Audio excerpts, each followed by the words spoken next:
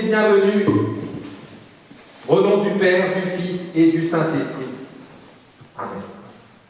Alors une fois n'est pas coutume, aujourd'hui nous allons parler d'amour.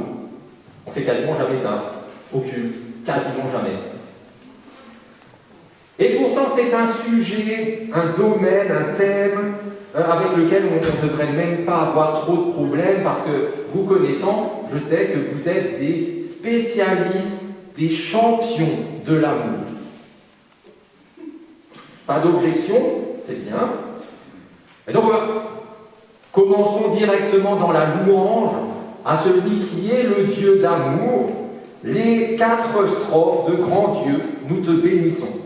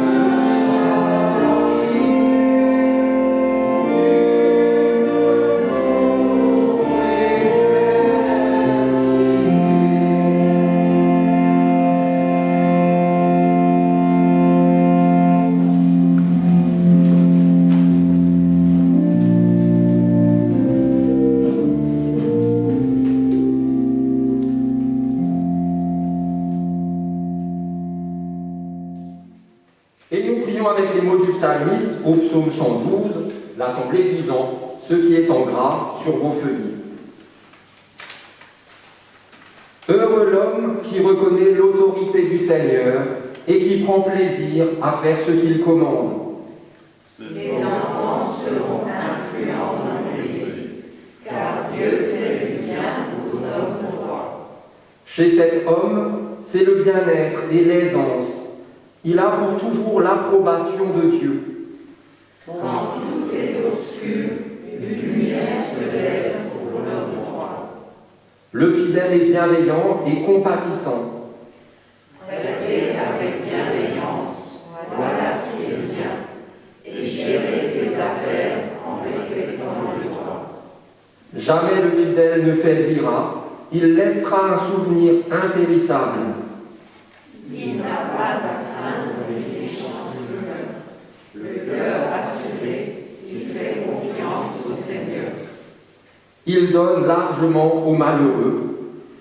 Le méchant s'en aperçoit et enrage. Il grince des dents et perd ses moyens. Les méchants en ont l'appétit coupé. Heureux les miséricordieux, car ils obtiendront miséricorde. Er sei dein Vater.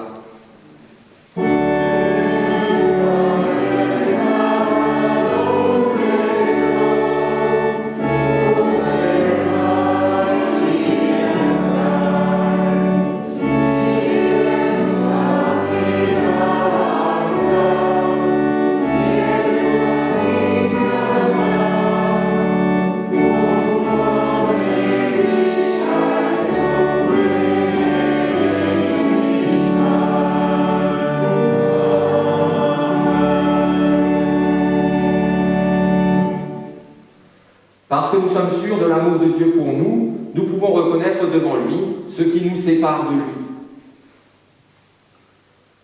Seigneur Dieu, une de nos plus grandes tentations est de produire ou de créer nous-mêmes l'amour, alors que l'amour véritable, c'est toi. Si souvent, parce que nous avons peur pour nos vies, pour l'avenir, pour ce que les autres pensent de nous, nous nous imposons un semblant d'amour qui n'est que de surface. Si souvent, c'est à contre-cœur que nous nous efforçons de témoigner un intérêt, de l'amitié ou de la compassion à ces autres dont nous exigeons d'être aimés en retour, sur le mode du donnant-donnant. Seigneur Dieu, ton amour est différent. Ton amour se donne même à perte. Ton amour est un élan qui nous saisit, une puissance à laquelle nous ne pouvons que nous abandonner. Il est ta présence à laquelle nous faisons une place de choix dans nos vies. C'est pourquoi nous te prions, Seigneur, pardonne-nous lorsque nous ne te laissons pas, tout simplement pas faire, toi le Dieu d'amour. Oui, Seigneur, nous t'en prions, viens et prends pitié de nous. Herr, erbarme dich.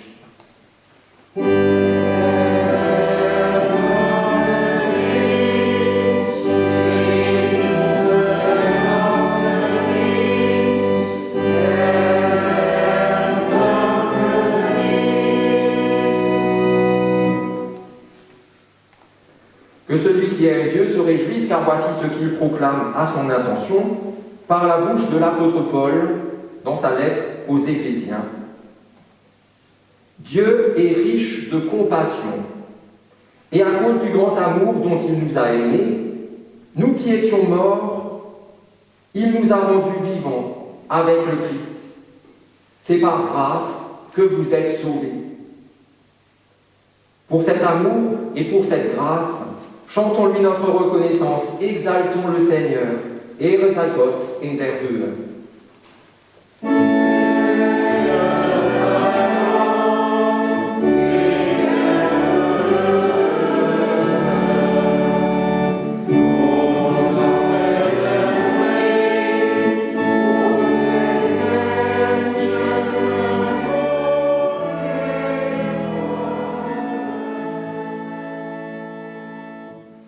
Avant de lire la première lecture pour aujourd'hui, lecture fondamentale pour notre partage sur l'amour tout à l'heure, nous prions pour que ces paroles, la seconde lecture également aussi, deviennent pour nous des paroles de vie.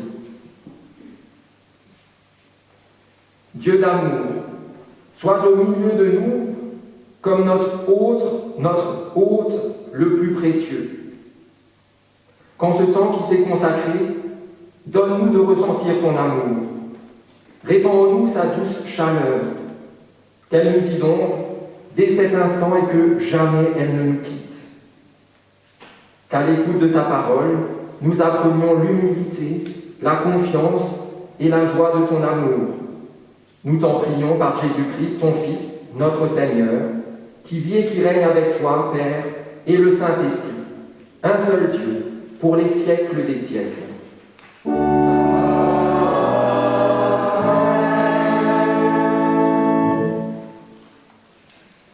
Et donc la première lecture, dans la première lettre de Jean, chapitre 4, les versets 7 à 12.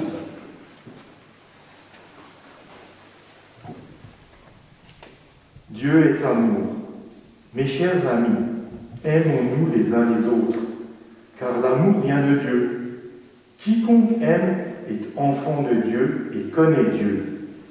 Celui qui n'aime pas ne connaît pas Dieu, car Dieu est amour. Voici comment Dieu a manifesté son amour pour nous. Il a envoyé son Fils unique dans le monde afin que nous ayons la vraie vie par lui. Et l'amour consiste en ceci. Ce n'est pas nous qui avons aimé Dieu, mais c'est lui qui nous a aimés. Il a envoyé son Fils qui s'est offert en sacrifice pour le pardon de nos péchés. Mes chers amis, si c'est ainsi que Dieu nous a aimés, nous devons, nous aussi, nous aimer les uns les autres. Personne n'a jamais vu Dieu. Or, si nous nous aimons les uns les autres, Dieu demeure en nous et son amour se manifeste parfaitement en nous.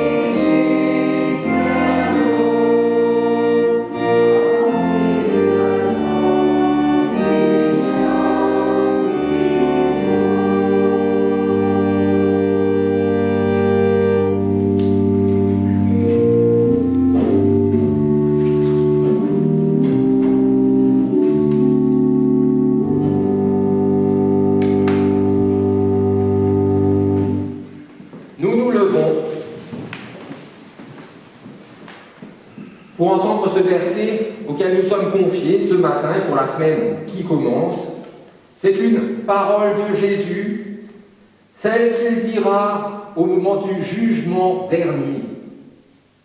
Ce que vous avez fait à l'un de ces plus petits d'entre mes frères, c'est à moi que vous l'avez fait. Acclamons l'Évangile en chantant Alléluia.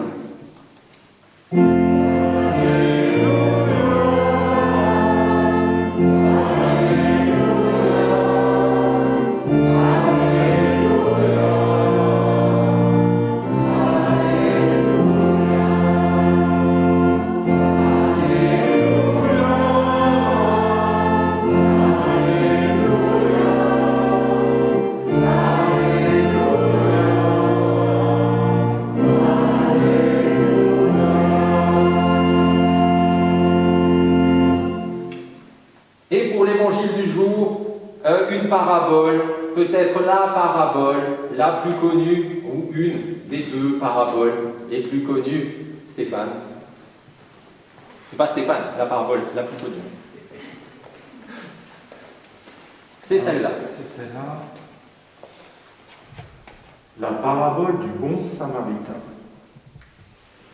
Un maître de la loi intervint alors pour tendre un piège à Jésus. Il lui demanda: Maître, que dois-je faire pour recevoir la vie éternelle? Jésus lui dit: Qu'est-il écrit dans notre loi? Qu'est-ce que tu y lis? L'homme répondit: Tu dois aimer le Seigneur ton Dieu de tout ton cœur, de toute ton âme, de toute ta force et de toute ton intelligence. Et aussi, tu dois aimer ton prochain comme toi-même. Jésus lui dit alors: Tu as bien répondu. Fais cela et tu vivras. Mais le maître de la loi voulait justifier sa question. Il demanda donc à Jésus: Qui est mon prochain? Jésus répondit: Un homme descendait de Jérusalem à Jéricho lorsque des brigands l'attaquèrent, lui prirent tout ce qu'il avait, le battirent et s'en allèrent en le laissant à demi-mort. Il se trouva qu'un prêtre descendait cette route. Quand il vit l'homme, il passa de l'autre côté de la route et s'éloigna. De même, un lévite arriva à cet endroit. Il vit l'homme, passa de l'autre côté de la route et s'éloigna. Mais un samaritain qui voyageait par là arriva près du blessé. Quand il le vit, il en eut profondément pitié. Il s'en approcha encore plus, versa de l'huile et du vin sur ses blessures et les recouvrit de pansements. Puis il le plaça sur sa propre bête et le mena dans un autel où il prit soin de lui. Le lendemain, il sortit 2 pièces d'argent, les donna à l'hôtelier et lui dit: Prends soin de cet homme. Lorsque je repasserai par ici, je te payerai moi-même ce que tu auras dépensé en plus pour lui. Jésus ajouta: Lequel de ces 3 te semble avoir été le prochain de l'homme attaqué par les brigands? Le maître de la loi répondit: Celui qui a été bon pour lui. Jésus lui dit alors: Va et fais de même.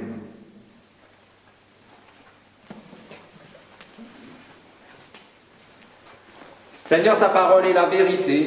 Enseigne-nous à marcher selon ta vérité. L'Obsaïdir au Christ.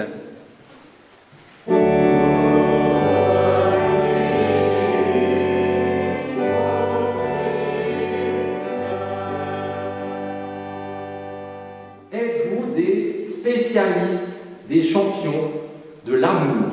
Alors il y a plusieurs petites conditions. Il est interdit de répondre par non. Il est interdit de répondre par ça dépend. Il est interdit de répondre par parfois ça m'arrive, c'est vrai. Il est interdit en fait de répondre par autre chose que oui. Alors je vous repose la question et je couperai au montage. Êtes-vous des spécialistes, des champions de l'amour? Oui. Oui? Eh bien, c'est ce qu'on va voir. Dans notre première lecture, l'apôtre Jean nous met, nous, en relation avec Dieu et son amour, en disant 3 choses. L'amour est le cœur, l'être même de Dieu. Vous ne pouvez pas dissocier les deux. Dieu et l'amour de Dieu, c'est exactement la même chose. Il dit aussi celui qui aime, celui qui est dans l'amour, eh bien, il connaît Dieu, et il connaît Dieu à tel point que Dieu l'appelle son enfant. Et il dit une 3e chose, celui qui connaît Dieu et qui est donc appelé par Dieu son enfant, forcément, il aime. Un cercle vertueux.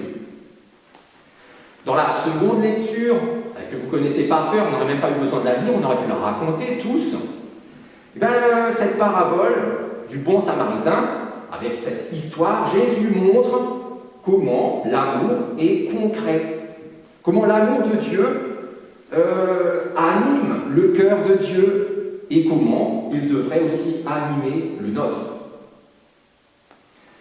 Alors, de façon très concrète aussi, on va essayer de voir comment est-ce que nous, si nous sommes des spécialistes et des champions d'amour, comment est-ce qu'on aime? Essayez de voir de façon un peu concrète, parce que sinon, parler d'amour, tout le monde peut le faire, et puis c'est des mots et du blabla. On va essayer de voir un peu plus concrètement. En commençant par nous demander comment vous aimez-vous vous-même? Le deuxième commandement qui est similaire au premier, aime ton prochain comme toi-même. Comment vous aimez-vous vous-même? Ça jette un froid terrible. Il y a encore 5 ou 6 questions qui suivent. Bon. Je vous rassure, moi, personnellement, le meilleur exemple c'est moi de toute façon, j'ai du mal à m'aimer moi-même. Peut-être que pour vous c'est pareil, moi je me connais. Ça c'est un handicap. Si on veut s'aimer soi-même et qu'on se connaît, c'est difficile après. Parce que je sais pas mal, on pourrait demander aux plus jeunes, c'est vous qui seriez le plus sincère, est-ce que j'ai des défauts? Lily hésite parce qu'elle est entre cathés. Lucas y est et il veut être confirmé, donc il dira rien. Diane, est-ce que j'ai des défauts? Aucun défaut. Sérieux? Tout le monde a des défauts, moi aussi. Et moi j'en connais un paquet de défauts que j'ai, et en plus je ne les connais même pas tous. Et je sais qu'en moi, dans ma vie, il y a des choses qui sont même très très moches. Comment est-ce que je pourrais m'aimer en sachant ça? Et puis il y a aussi toujours dans ma tête, et là peut-être que ceux du Chrome vont se dire, il y en a encore d'autres, vont se dire, mais bien sûr, ma grand-mère disait toujours, ça doit être une expression de là-bas, Eigenlob stinkt. Et ça parle à tout le monde, c'est bizarre. Et je trouve que c'est parfaitement vrai parce qu'il n'y a rien de plus insupportable et de plus suspect que quelqu'un qui se met toujours en avant, qui loue lui-même ses merveilleuses qualités. Regardez-moi, je suis parfait, je n'ai aucun défaut, regardez comme je suis beau, intelligent, regardez-moi, moi. C'est insupportable et suspect. À mon avis, il cache des choses. Et pourtant, très souvent, si on ne s'aime pas soi-même, qui va le faire à notre place? Très souvent, on est en manque d'amour et de reconnaissance. Ouais. On a un besoin plus grand que ce qu'on nous donne. Alors on est obligé, d'une certaine façon, d'essayer nous-mêmes de combler ce manque. Ce qui n'est pas complètement stupide. Malheureusement, c'est toujours un peu risqué, parce qu'on en arrive très vite à ce qu'on appelle l'exagération. On va trop loin. Très rapidement, on s'aime tellement soi-même qu'on n'a plus besoin des autres pour nous aimer. Surtout pas de Dieu, qui garde son amour. Moi, je m'aime suffisamment moi-même. Et on s'aime tellement soi-même qu'on n'a même plus le temps d'aimer les autres. Et surtout pas Dieu. Qui se débrouille chacun pour soi, et que pour tous, voilà. Et d'un autre côté, comment est-ce que je pourrais aimer les autres si je ne m'aime pas moi-même? Si ça ne commence pas par moi d'une certaine façon? Est-ce qu'on peut vraiment aimer les autres si nous ne nous aimons pas nous-mêmes? S'il est vrai que nous ne pouvons donner que ce qu'on reçoit, alors le commandement qu'on a entendu, « Aime ton prochain comme toi-même », il met l'accent sur la justesse du regard que nous portons sur nous-mêmes. S'aimer assez pour être vrai avec soi-même, avec qui on est vraiment. Et donc pour certains, ça consistera à être honnête sur leurs défauts, mais aussi sur leurs qualités. Et pour d'autres, ça constituera à être honnête sur leurs qualités, mais aussi sur leurs défauts. On penche dans l'excès d'un côté ou de l'autre très souvent. Et alors, pour mettre tout le monde d'accord, la première des qualités que nous avons, c'est que nous sommes enfants de Dieu. Et ça, c'est la plus belle qualité que l'on peut avoir, puisqu'elle nous est donnée directement par Dieu. C'est lui qui nous donne ce que nous sommes, vraiment, enfants de Dieu. Alors, après cette première petite question, toute une foule de questions. Jusqu'où êtes-vous prêts à aller par amour pour vous-même? Êtes-vous prêts à vous laisser une nouvelle chance? Êtes-vous prêts à travailler honnêtement sur vous-même pour réduire vos défauts et laisser plus de place parfaire vos qualités? Êtes-vous prêts à laisser Dieu faire de vous de plus en plus son enfant? Alors on a parlé de l'amour qu'on a pour soi-même. Voyons voir l'amour que l'on a pour ceux qu'on aime. Comment aimez-vous ceux que vous aimez? Ça, on dirait que ça n'a pas de sens comme question. Vos proches, votre famille, vos amis, vous les aimez. Comment les aimez-vous? Parce que c'est un truc que tout le monde remarque, peut-être pas les plus jeunes parce que vous n'avez pas encore assez vécu, mais dès que vous avez passé 30 ans, vous voyez très rapidement, ou peut-être pas rapidement, mais vous constatez malheureusement, que nos carences affectives, celles de chacun, le manque dont je parlais tout à l'heure, souvent se reproduit, ou plutôt nous le reproduisons sur les autres. Nous reproduisons ce qu'on a soi-même subi. Si vous avez été peu aimé, très souvent, vous aimez peu. On donne ce qu'on a reçu. Si vous avez été étouffé par trop d'amour, souvent, derrière, vous étouffez par trop d'amour.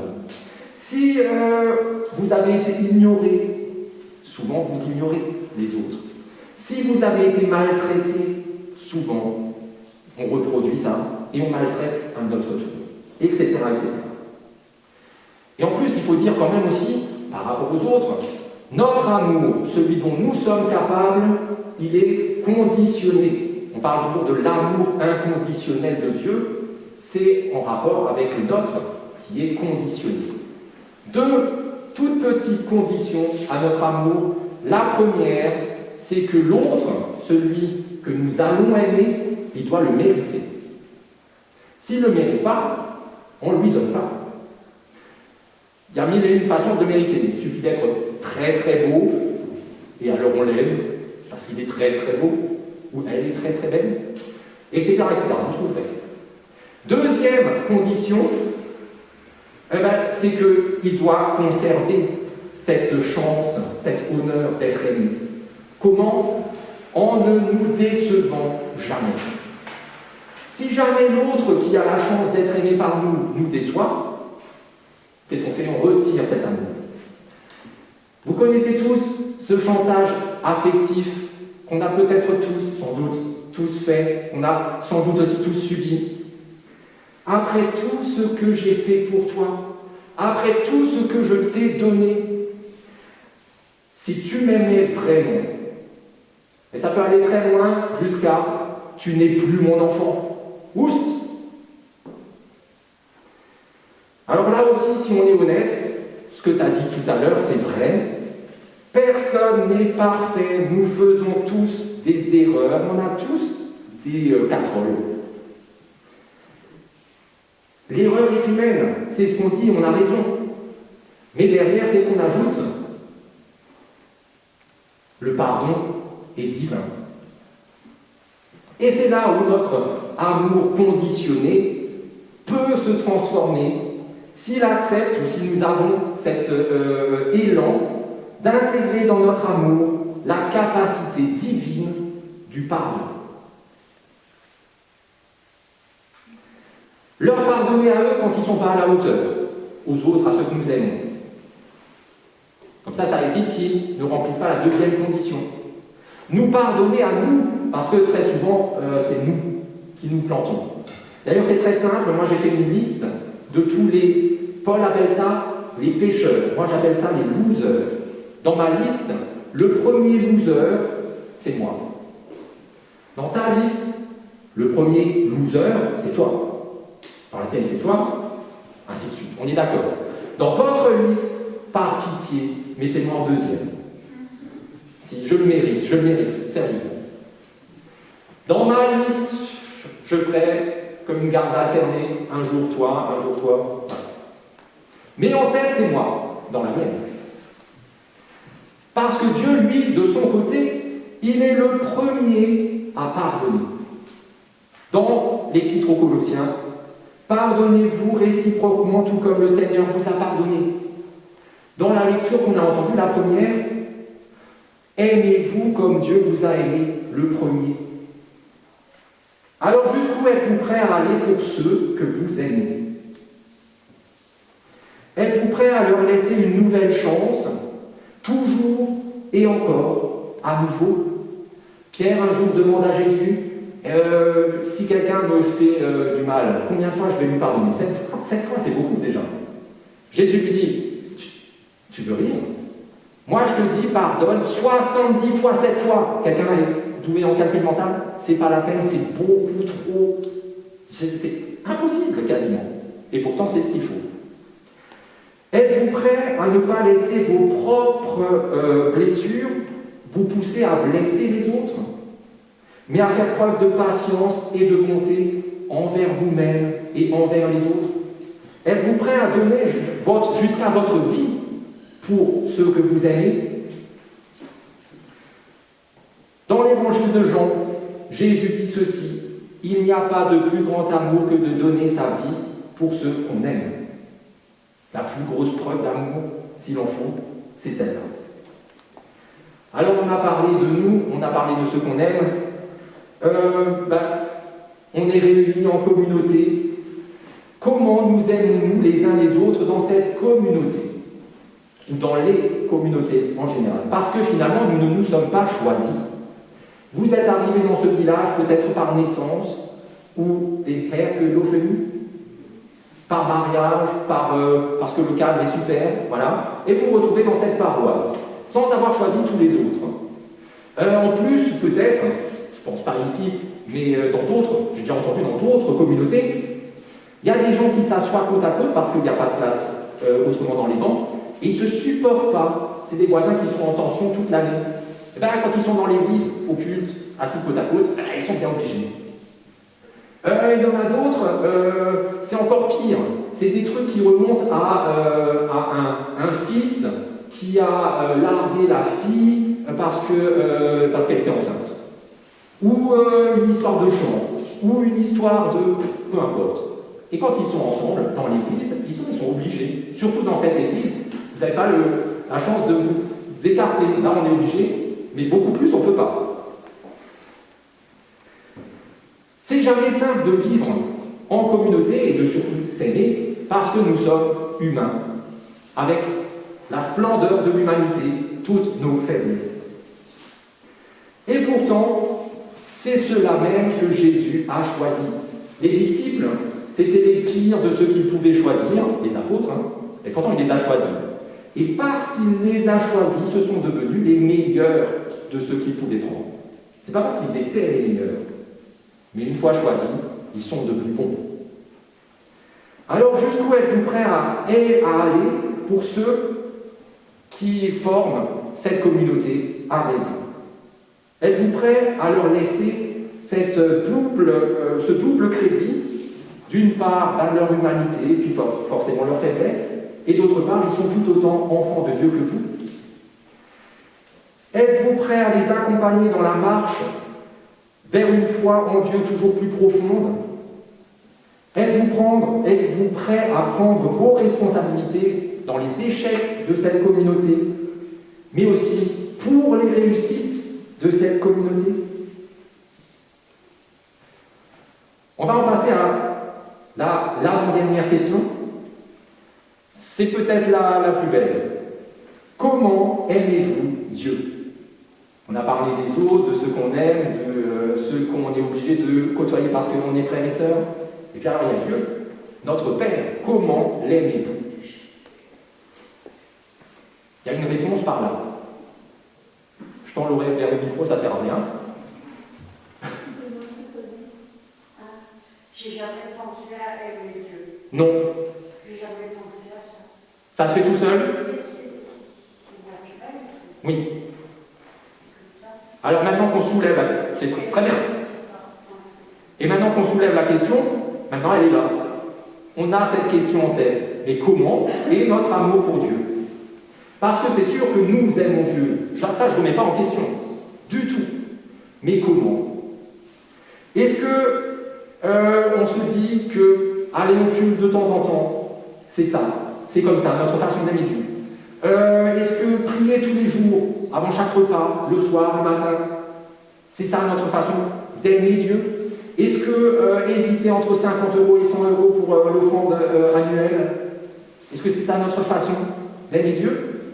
Parce qu'on nous dit, encore une fois, dans notre deuxième lecture, qu'aimer Dieu, c'est l'aimer, écoutez bien, de toute notre âme, de toute notre force, de toute notre intelligence, et j'en ai raté un, de tout notre cœur. L'aimer tellement entièrement, tellement fortement, mais qu'il n'y a rien d'autre au monde qu'on aime plus. Est-ce que c'est comme ça qu'on aime Dieu? La question est lancée. Alors jusqu'où êtes-vous prêts à aller par amour pour Dieu? Êtes-vous prêts à reconnaître que l'amour dont il vous aime est le plus grand amour qui soit, parce que lui, il s'est donné par amour pour vous? Êtes-vous prêts à accepter de l'aimer toujours davantage, jusqu'à oser proclamer aux yeux du monde que lui seul est votre Dieu et votre Maître? Êtes-vous prêts à lui offrir votre amour, même au péril de votre vie? Cinquième et dernière question, celle-là, je l'aime bien aussi, plutôt, je l'aime pas. Enfin, je ne sais pas trop comment dire, vous allez me dire vous-même. Comment aimez-vous ceux qui ne vous aiment pas et que vous n'aimez pas? Encore une fois, une question un peu bizarre, j'ai l'impression que ça ne colle pas. Il y a des gens qui ne vous aiment pas. Et forcément, vous ne les aimez pas trop non plus. Comment les aimez-vous? Vous êtes appelés à les aimer. Aimez vos ennemis et priez pour ceux qui vous persécutent. En Matthieu, chapitre 5, verset 44, c'est Jésus qui nous l'ordonne. Est-ce que c'est seulement possible? S'il l'ordonne d'une certaine façon, ça doit être possible. Pas facile, mais possible. Lui-même, c'est ce qu'il a fait. Il a aimé même ceux qui lui ont mis des clous dans les mains et dans les pieds sur la croix, il y a 2000 ans. Et il aime ceux qui, aujourd'hui encore, de temps en temps, rajoutent quelques coups de marteau. Et ça, pour ne rien vous cacher, c'est nous. De temps en temps, quand on ne l'aime pas, c'est comme si on clouait. Alors jusqu'où êtes-vous prêts à aller pour ceux que vous n'aimez pas, qui ne vous aiment pas et que vous n'aimez pas? Êtes-vous prêts à voir en eux des êtres aimés de Dieu comme vous l'êtes vous-même? Êtes-vous prêts à bénir plutôt que de maudire? Êtes-vous prêts à tendre une main attendre une joue, peut-être même l'autre, parce que le chemin de la réconciliation est toujours long. Êtes-vous prêt à laisser Dieu agir dans votre vie et à travers elle, dans celle des autres? En entrant toujours plus avant dans une vie d'amour, les uns pour les autres, nous verrons le royaume de Dieu s'établir toujours davantage, à commencer par notre vie, puis dans nos familles, dans nos villages, dans nos communautés, et même jusque dans le monde entier. C'est là la victoire totale à laquelle nous sommes appelés par le Dieu qui est tout-puissant, mais comment l'est-il? Il est tout-puissant dans son amour. Amen.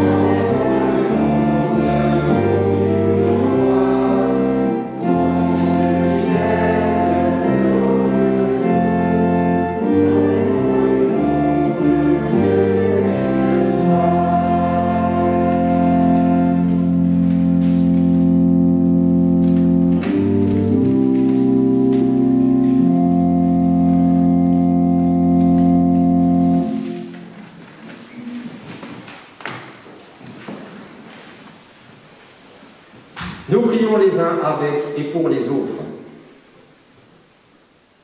Seigneur Jésus, Fils de Dieu et frère des humains, tu es le chemin qui mène au Père, tu es la vérité qui nous libère, tu es la vie qui nous régénère.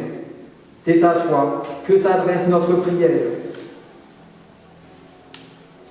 Dans la commune des voix et des bruits qui nous entourent, aiguise notre oreille pour qu'elle n'entende que toi, notre œil pour qu'il ne voie que toi, et notre cœur pour qu'il ne fasse confiance qu'à toi. Nous te prions pour notre communauté, comme aussi pour l'ensemble de ton Église. Sois présent au milieu de nous, pour faire de nous des témoins véridiques de ton amour, en parole et en acte. Nous te prions pour tous ceux qui, au près comme au loin, souffrent, pour tous ceux qui ont peur pour leur vie, tous ceux qu'un danger guette, pour tous ceux qui gisent déjà à terre au bord du chemin, ignorés par la plupart des autres. Suscite parmi nous des bons samaritains, qui leur viennent en aide, comme tu es toi-même notre secours. Nous te prions pour notre monde, dont l'avenir est incertain.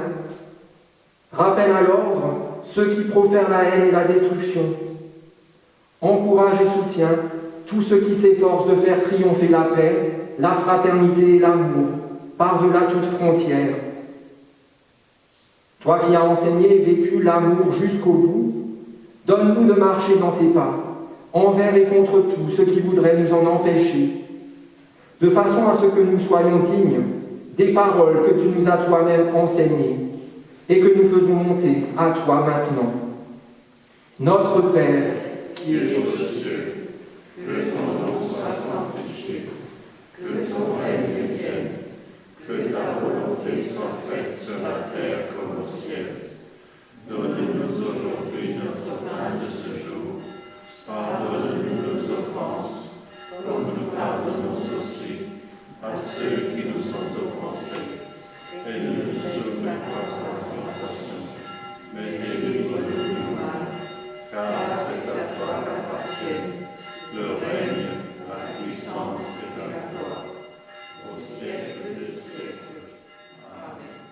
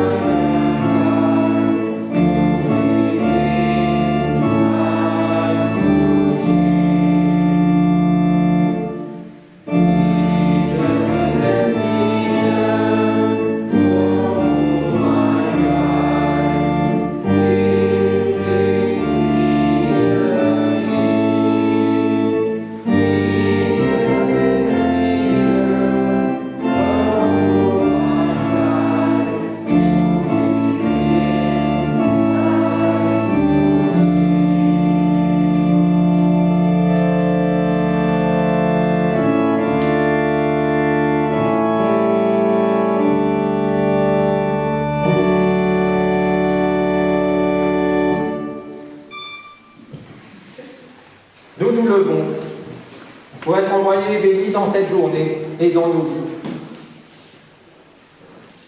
Bien-aimés, aimons-nous les uns les autres, car l'amour est de Dieu, et quiconque aime est né de Dieu et connaît Dieu. Dans tout ce qui fait notre vie, dans toutes nos relations, vivons par et pour l'amour de Dieu. Et qu'ainsi Dieu notre Père, par son Esprit, vous accompagne et vous conduise, qu'il vous affermisse dans son alliance éternelle, en Jésus-Christ son Fils, notre Seigneur. Et soyez bénis, vous êtes bénis. Amen.